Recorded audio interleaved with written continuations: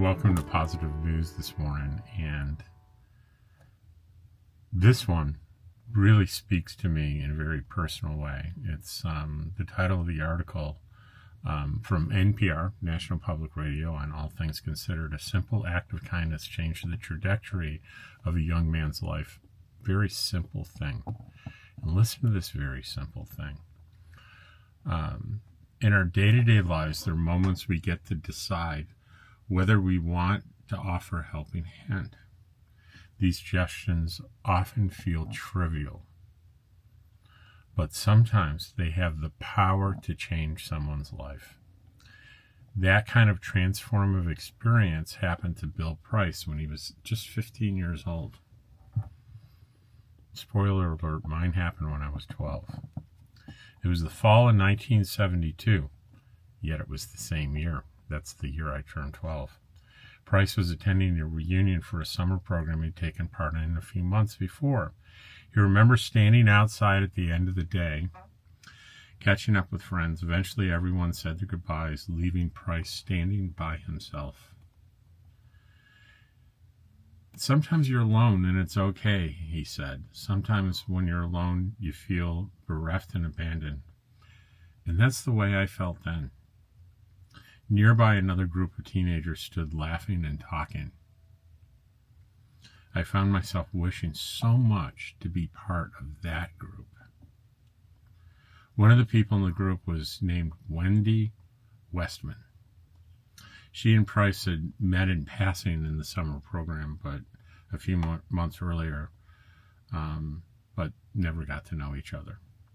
As Price stood there, feeling increasingly lonely, Westman turned around and asked him if he'd like to join their group. My life was transformed in that moment, he said. Westman, reaching out, sparked a realization in Price he could offer that same kindness to anyone at any time. It was so simple. It is so easy to see someone who seems left out and alone and notice them. Say hello to them, be kind to them. And my realization was that it's a gift that we can all give.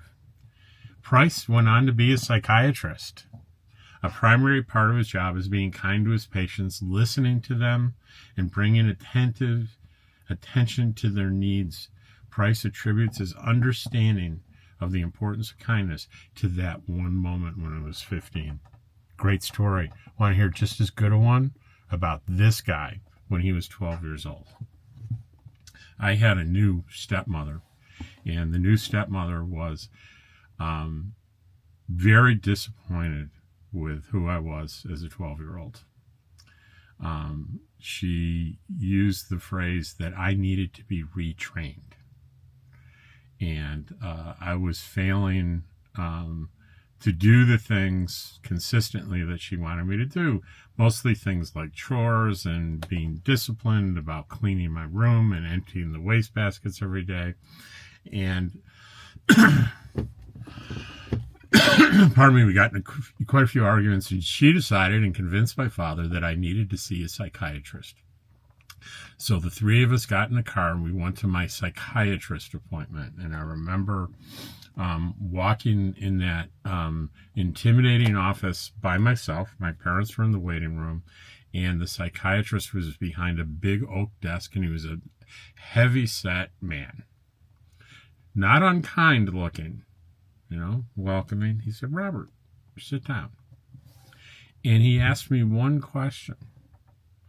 He said, "Tell me why you're here." So in that moment, I decided to confess every single violation that I had committed in the eyes of my stepmother, and maybe my father too, who knows. And I was in a confession mood. I was completely honest about everything, and I just poured it out. I made no excuses. I just said, this is what I've done. And he patiently listened to me. And he said, "Son, there's nothing wrong with you." In that moment, It felt like there was a giant elephant on my shoulders that he had reached over and gently lifted it off. And I was free. It was the only authority in my life that had said words to me like that ever. There's nothing wrong with you. Because I was convinced there was the authority figures in my life, my stepmother's sharp words that she was clearly saying something was wrong with me, and my father's silence. I lived in a world where no authority figure thought that I was okay until this authority figure did. And he changed my life in that moment. And I'm sure he had no idea. No idea. Guess what? I didn't become a psychiatrist. I became a licensed therapist, a psychotherapist, pretty close. What I do, other than dealing with medications, what I do interacting with the people is exactly what the article described. It took 30 years before I actually did that, made that choice and pursued that career. But it's a similar story, and it really, really spoke to me. I just want to add this one piece. I remember riding home after that appointment in the back seat. My father was driving and my stepmother was in the passenger seat. And I just remember her vehemently like talking to my father and venting her anger. And her anger was over this concept she believes they always blame the parents. And she thought that was so unfair. And I sat in silence in the back, internally smiling. I'll see you tomorrow on the next positive news story. And this one you can read, go into the description, and I promise the link will be there.